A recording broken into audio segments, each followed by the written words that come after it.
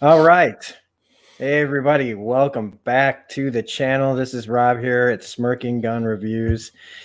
And we just got done watching 1985's Fright Night, starring Chris Sarandon and Roddy McDowall, Amanda Bierce, and what's his name? William Barsdale. I'm trying to get the comments to come up here. William Ragsdale. William Ragsdale. That's right, because Bill's name was something similar. I think I got that confused. Oh, I have it written down here, Ragsdale.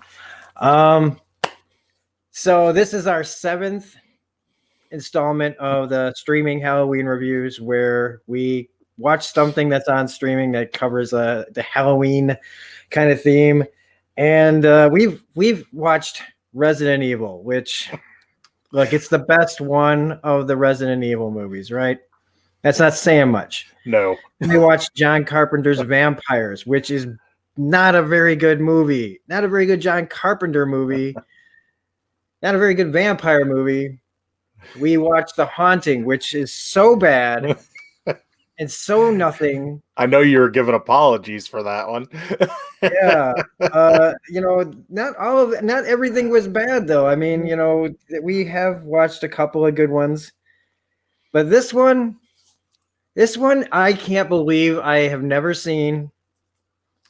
12-year-old me is pissed because if this is something that I would have been living with all these years, this movie has just gotten a lifelong fan. I need to go back in time and change this, because this movie fucking rules. It was a lot of fun.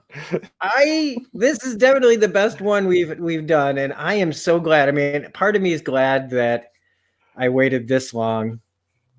I'm glad that I'm doing it with my good friend Geno here from the Reel Geno Reynolds. Sorry, I need to introduce people instead of just going into things. My name's on the screen. We had a nice, lively discussion about this during the movie, where, I mean, I had a smile from ear to ear during this movie. But before we get into all that, let's talk about our real. I think I gave my thoughts away. But Geno, what did you think? What is your kind of review for this movie before we dive into all the little details? Okay, I had seen this movie, but it had been a long time. Probably sometime after, like right after it came out, in a few year span. It was that time when you're growing up and your parents will let you watch a horror movie with them, but they said, oh, you better close your eyes at this part, probably the scene. And that being said, I hadn't seen it in so long, I didn't remember much about it. So watching it again, it felt like I had never seen it. So a lot of what happened, I remembered little bits and pieces here and there.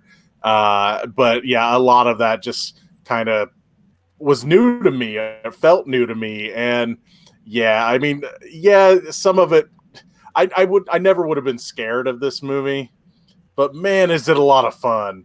I mean, I would say, I mean, I like something like The Lost Boys better, but it's in that same ballpark where it's just a lot of fun. They're having fun with the source material. It's not overly scary, even though it's got cool, like, horror visuals to it. It doesn't take itself too seriously, even though it kind of does, but it's more so just in the movies universe versus trying to be serious for the audience. I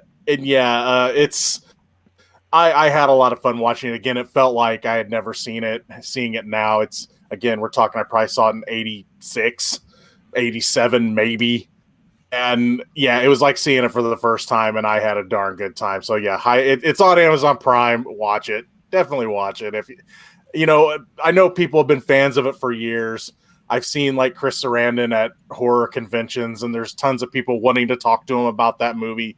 When I interviewed him, I didn't interview him about this movie because, again, I hadn't seen it in forever. I was talking to him more about, like, Princess Bride and stuff like that. But I can see now, seeing it again, I can see now why the fans were really excited to go see him at a horror convention about this movie. So yeah, definitely, I highly recommend it. Highly recommend it. Yeah, I mean, even while you're talking about it, I can see the smile on your face, man. I've seen so much, and there is going to eventually be a series that I do about reviewing movies that I should have seen by now. This would have made that list for sure. Because even while you were just talking about it, I keep getting that feeling that you only get, at least what I only get, when I've seen something that just really blows me, where I get the chills, I get the goosebumps. I just talking about it gets me super excited. And I mean, yeah, I was aware of this movie back in the day. It was rated R. I had a strict religious upbringing, so seeing stuff like this was, a challenge. So it just was one of those movies that I always meant to get to. And then just year after year after year goes by, and I just don't. And there's really no reason that I haven't.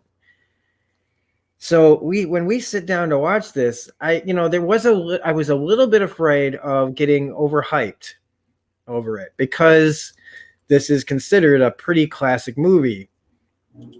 And I was worried that because it's in the 80s, that I was just going to be like, yeah, it's fine or whatever.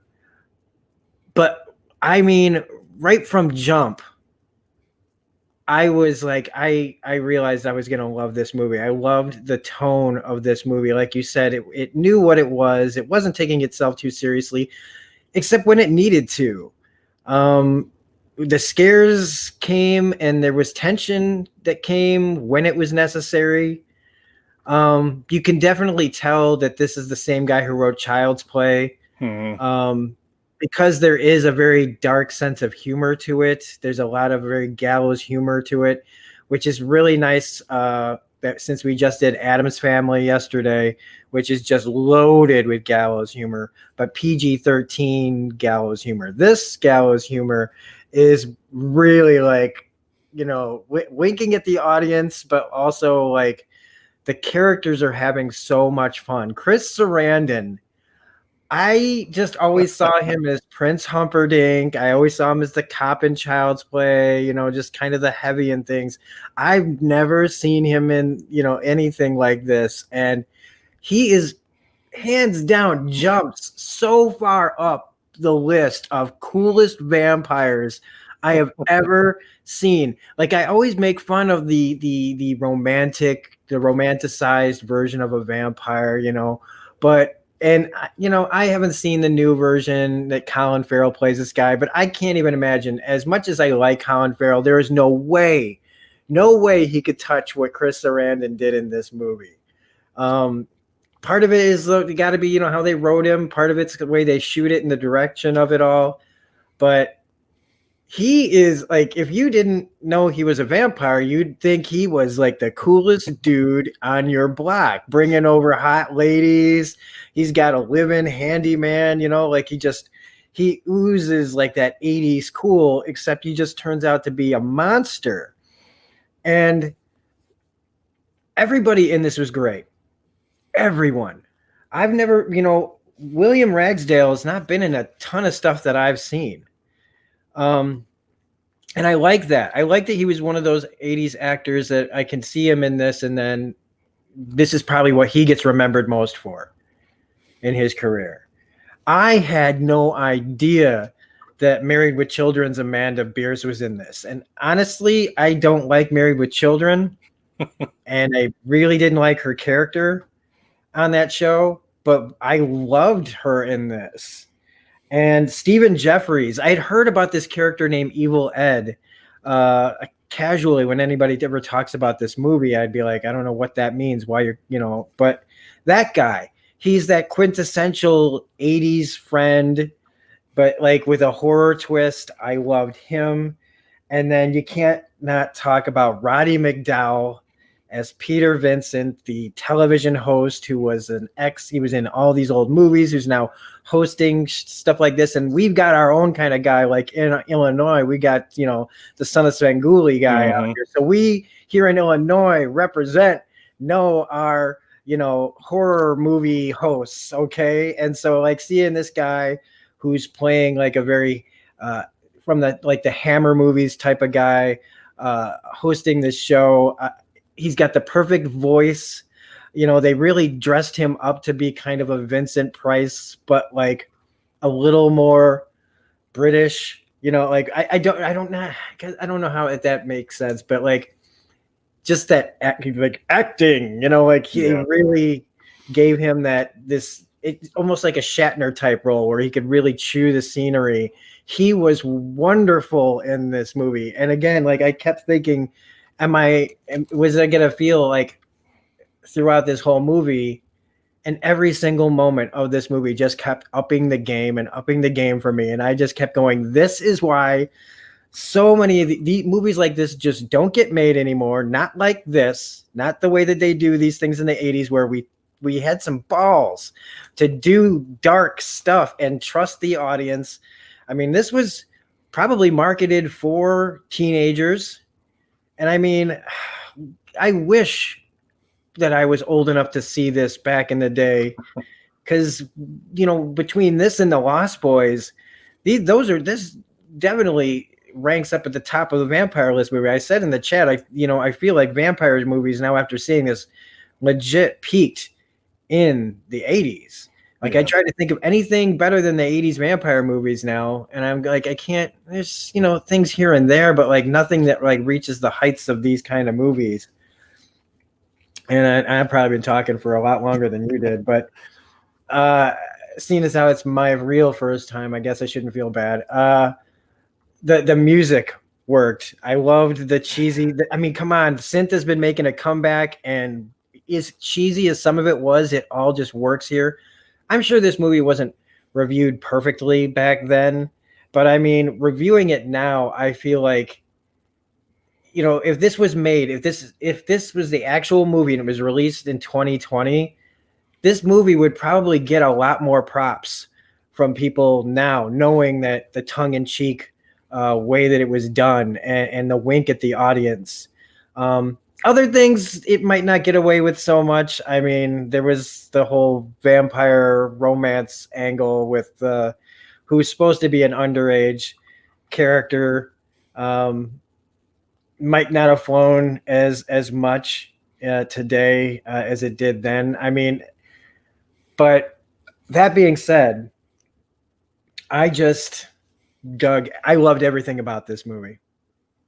There was in this movie that I didn't think was just this completely made me forget all my cares for the last week.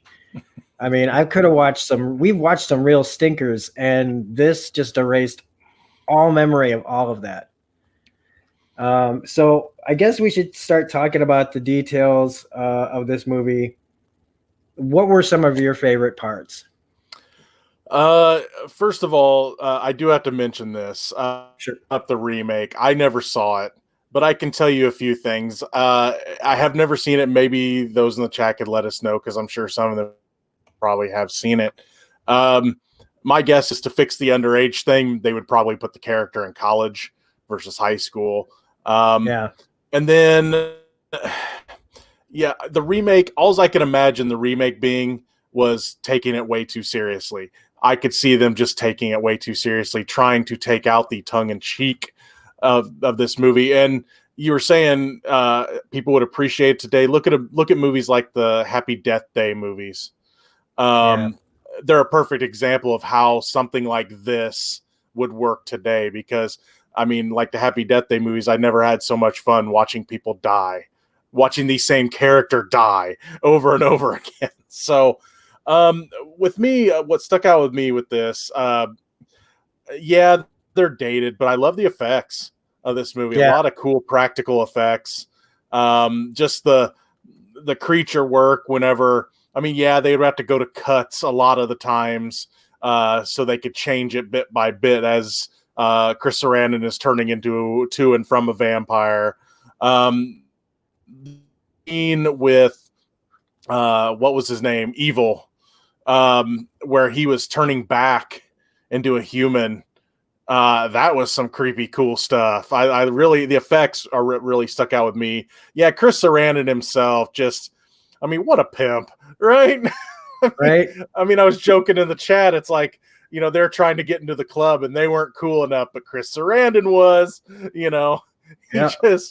just his attitude. Anytime he mugged for the camera, anytime like he walked up behind somebody, he just, like you said, he oozed 80s cool. He probably still oozes cool now. You know, he just had the right kind of attitude. And again, I just can't, as much as I like Colin Farrell, I can't see him in that role. I could see him because I haven't seen that movie, but I just don't know if he would have the same effect.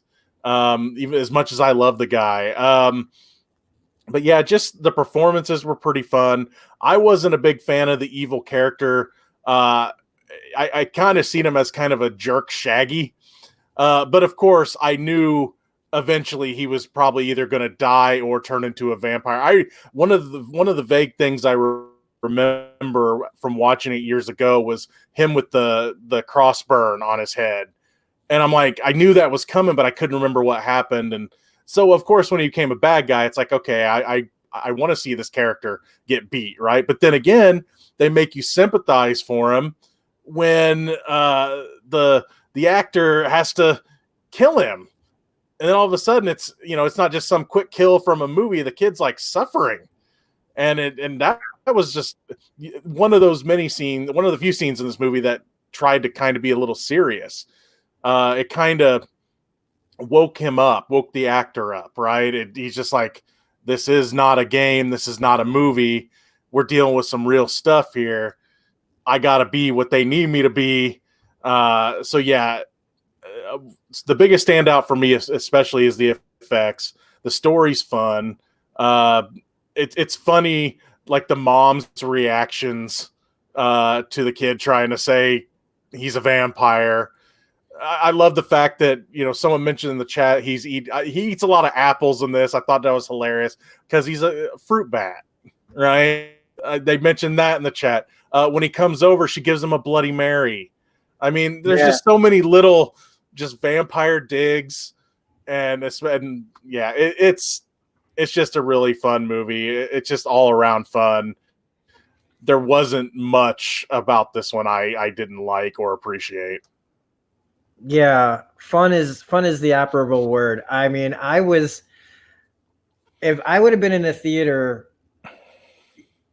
I would have been like the annoying person who was just laughing and clapping and cheering. I was so involved with the watching of this movie, and I usually just sit here and internalize everything and think about things so much. I haven't had a movie like that. This movie opened up that for me, and for the first time in a long time, of really engaging with the movie I'm watching. And like I said, for a movie that's like 35 years old, 35 years old, to do that to me is amazing. The whole thing with Evil, and that, like, the first part about his character that really affected me was when he realizes he's stuck and trapped, and him being there, and that fear, and him telling him there's nothing to be afraid of. I'm going to make all your dreams come true. Anybody that ever picked on you, unlike what he would do with a girl, right? The seduction, he gives him this like, yeah, I'm going to kill you, right? But they're going to have a different life, and it's going to be great. And seeing that on the actor's face, contemplating that choice, because Chris Sarandon's Jerry Dandridge, he gives, Charlie a choice at the beginning. Like, he really doesn't want to just randomly kill a bunch of people. He just wants to do his thing. And because of Charlie spying on him, it just gets worse. but he gives him the choice, right? And it gets kind of rejected. I don't know if he really gave him a chance to say no or yes, I'll take the deal. I'll take the deal. Like I'll forget about you. But like that choice in that alley, when you just see on the actor's face and he starts to cry over realizing what choice do I have? I have no choice but to do this. Like I don't want to die. I don't want to just be dead.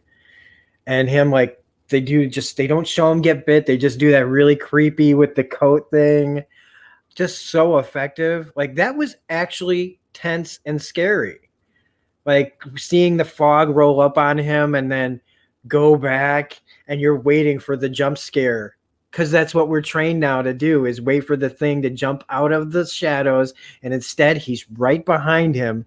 And it's not a jump scare. He's just there. He just kind of creeps in there. Malevolent menace. And that to me was creepier than a lot of things that they try to do to us today, which is shock us with that music and that boom.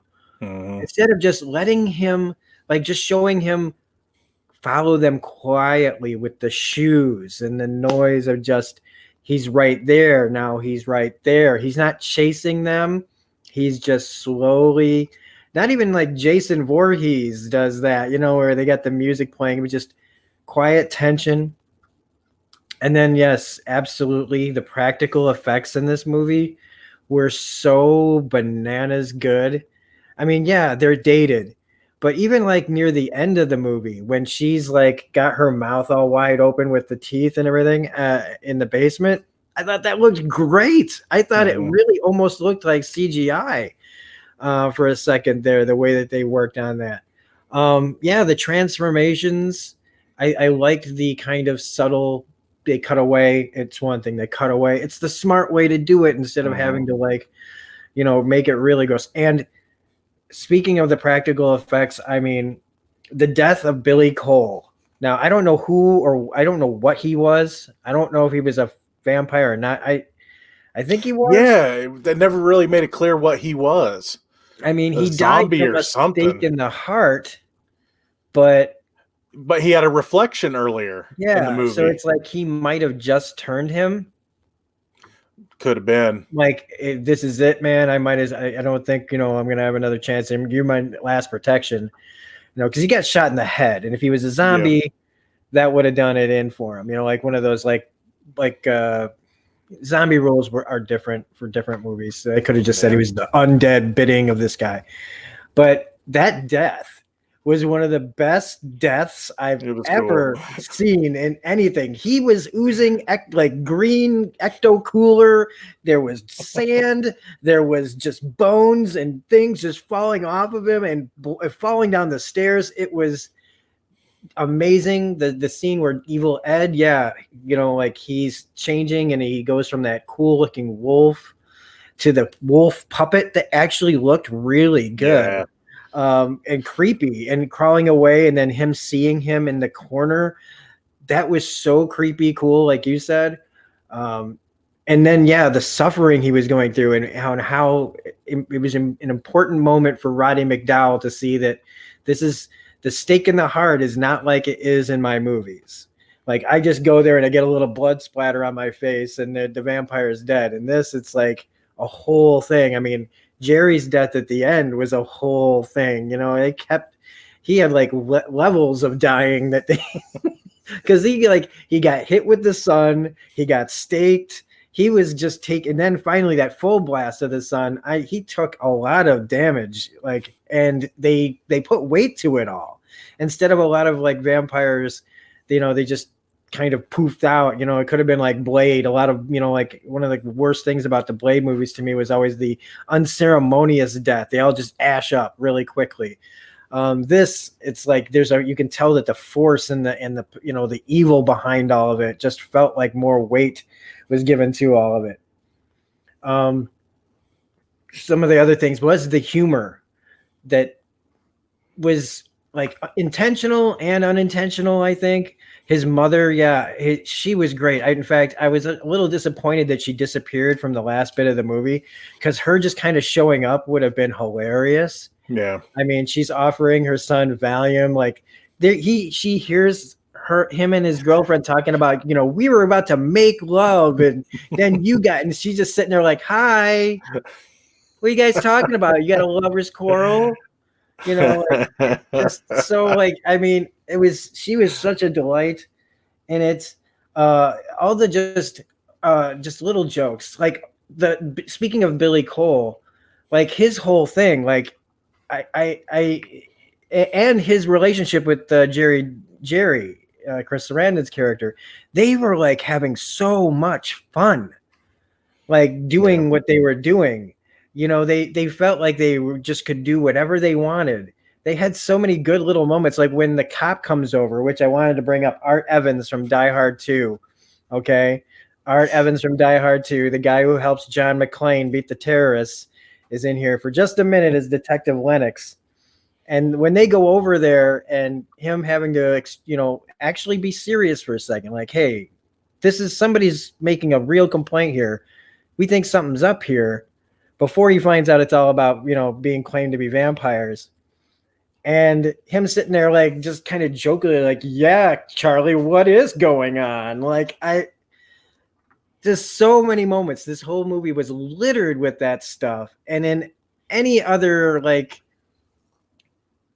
in any other kind of movie that this wouldn't work. But they established the tone early on, and they never really, like you said, like it's not a scary movie. They never fully went too far the other way, which I think you're probably right. In the remake, they would have gone, well, let's see what it would have really been like if Charlie were to find a vampire next door, and what would the Peter Vincent character be like now, like in this. And you're absolutely right. I have almost no doubt that they went too far the other way with it. And if you can't have fun with it, then what's the point in doing it? It makes me actually not even want to see the remake, because it would just kind of, it wouldn't ruin this, but I would probably just end up turning that off and turning this on. Because this, just like you said, like Chris Sarandon, oh man, I'm so jealous of you now that you got to interview him. But I mean, I wouldn't have known to be jealous of him. You told me that like you interviewed him like 6 months ago. I'd have been like, damn. I'm trying to think of other things in here without going on for too long, but because I think we've kind of covered it all. Yeah, I mean, there's just no really expressing just how much fun this movie is. Here's the unfortunate. I do have a little bit of bad news. I was looking up some things during this. There is a Fright Night Part 2. Yeah, I know. Roddy McDowall is involved. William Ragsdale is involved. The unfortunate thing is it's not on Amazon Prime. Yeah. I was looking at that and I was sad to see that, because I really would have liked to seen the second one and watch it the same way we watched this one tonight. Unfortunately, it's not there. I haven't looked on Netflix or anything, but then again, I'm not sure how the Netflix party stuff works now, if it still works, but it would have been nice to try to see the second one. I know I've never seen the second one. Yeah, I'm trying to find there it is, Fright Night 2, because I got my app open. They don't even I don't even see it listed on Amazon. Like, yeah, I just know it exists. It's not even here. There's a remake. The remake has a Fright Night 2. And I didn't even know that, but I don't need to go down that road. But yeah, I mean, just, I don't want to go on too long, but I just want to bring up, like, when he tells Peter Vincent, he's like, Peter Vincent's been fired. Nobody cares about vampires anymore. And he's like, I believe in vampires. And he just walks up to him and he's like, that's nice. Or like, I love that he was like, I wish more kids were like you and all this stuff, but now they only want, slap and hockey mask, which was a kind of a fun dig at Jason. But, him, acting, he was saying he believed it and everything else. And he was like, you said you believed it. He's like, I was acting. I thought that was great. Yeah. The last line I have is when he's what like, you want to hear, kid. Yeah, when he's talking to her, when they try to convince him to help, and he's like, he doesn't tell him that he's been fired. He's like, I've just been offered this great big role in another Hollywood movie, and she's like, I'll pay you. How much? Like, Yeah, it she didn't just take gives him a the savings bond. saving He's like, I'll bond. take it. I'll take it. Like he's completely just drops the facade and just says, okay, yeah, I'll do it. I'll do whatever you want. Well, And at least he got more money than the $8 the evil yeah, got. yeah. And I guess something else is like what Bill was saying in the chat was it's nice that they spent a little bit of time at the beginning making you wonder if Charlie was kind of crazy. Was he just seeing things? I mean, we kind of, like, look, we know from the movie that it's going to happen, but I like that they try to make you believe that maybe what you thought wasn't right. And that just, again, shows good filmmaking. And Tom Holland, his big heyday seems to be in this era of time, but man, sometimes like, you only have to do something great once, right? And you don't always have to have like a massively successful, like ongoing career. If you're doing what you love, great. As long as, you know what I mean? Like, as long as you're still enjoying it. And when you get to look back on your career and know that you've made Fright Night, you made Child's Play. I mean, I consider those way better than the Friday the 13th movies. I consider them way better than, all the Halloween sequels, things like that. These stand like this and that stands so far above them, in my opinion, that I'm just really, really glad that I finally got around to it. I'm glad that I got to watch it with you and the rest of the chat. Glad to finally be reviewing it, because this movie just I A plus for me. This is an A plus movie for me. This is an instant classic for me. This is getting bought as soon as I can't watch it on something. This is getting the t-shirt, man. I have got to get the t-shirt of this, man. And if COVID ever lets me go to a con again and I ever see Chris Sarandon at something, I will be running. I will be paying that money to go meet Jerry Dandridge, man. I will want to shake his hand. I will want to shake that hand that like gave people that choice of whether to become a vampire or not. Because this was just the dopest thing I've seen in a while, and I just really needed it, especially 7 movies into this Halloween review. We needed a real win, and this was it. If nothing else, this was it. Because we are going to do Silent Hill on Monday, possibly Invasion of the Body Snatchers from 1978, and it's rumored, I don't know if it's true, but somebody told me that The Mist is coming on October 30th. And if that's happening, oh my God, is that happening on the channel? Because I will review the hell out of Frank Darabont's The Mist. That is one of my all-time favorite Stephen King adaptations. So that's all I've got. Do you have anything else? Nah, just if you haven't seen it, which, watch it. If you haven't seen it, watch it. You got Prime, watch it. Even if you don't have Prime, go find it, watch it. It's well worth it. It's a lot of fun. Can't recommend it enough. And I want to mention the chat before we go. Bill talking about the eyes, Evil Ed's eyes. Yeah, I forgot that at the end. So he says in the script's original ending, instead of Evil Ed's eyes next door, Peter Vincent turns into a vampire on his show and calls out Charlie by name. Ooh, that would have been a cool ending too. That would be a whole other thing. I mean, I guess they both got bit. No, we're not. Hey, JB, thanks for just coming in. Are you talking about, and it wasn't sarcasm. It sounded sarcastic. Sorry. Are you talking about the Colin Farrell Fright Night? No. We were talking about the original. I had never seen it, and Geno hadn't seen it basically since it came out.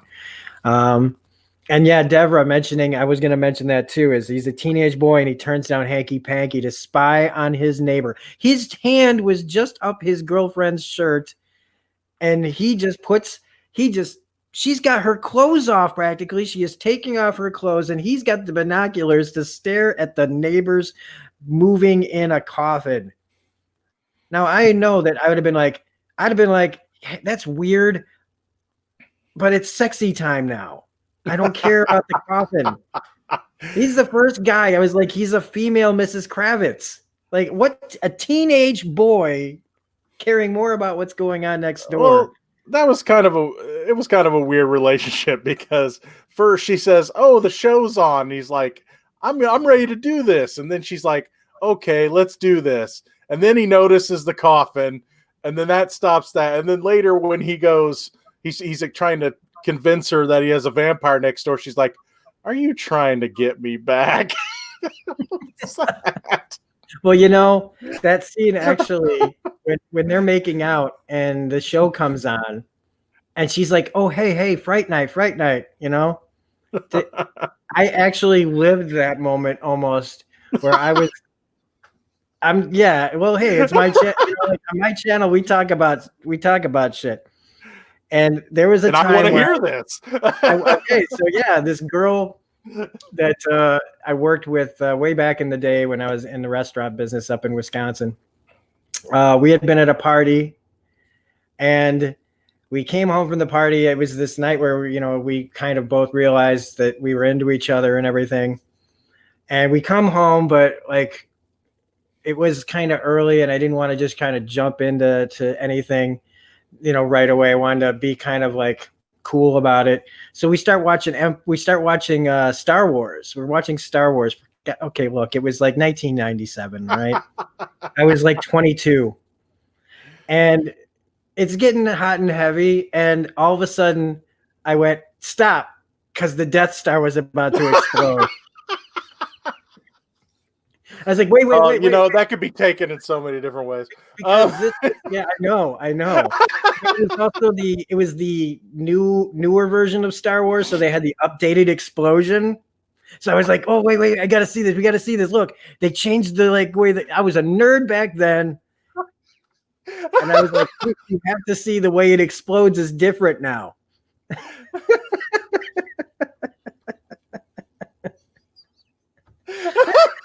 And then right after it was over, as soon as it exploded, I was like, "Okay, let's go right back to it." And was she like, "No, I'm done"? No, but she should have. She really should have. But let's just say that the rest of the night she kind of took over, because she was like, I don't think we need Star Wars distracting you anymore. So that's my story of how that scene in Fright Night made me think about my past. So that's the way it usually goes on my channel. I give a little bit of honesty, a little too much honesty to a fault. So anyway, tell us where we can find you, Geno. You can find me on Twitter, Facebook at the Reel Geno, ReelGeno. All right, and of course, this is Rob here at Smirking Gun Reviews. You can find me on my channel that you're watching, also on Twitch at Smirking Gun Plays, all one word. We play a lot of games over there. In fact, right after this, we're going to be playing the beginning of a little game called The Evil Within. I wanted to play something scary tonight, and that's a pretty scary game. And also, you can find me on Twitter at reviews_gun.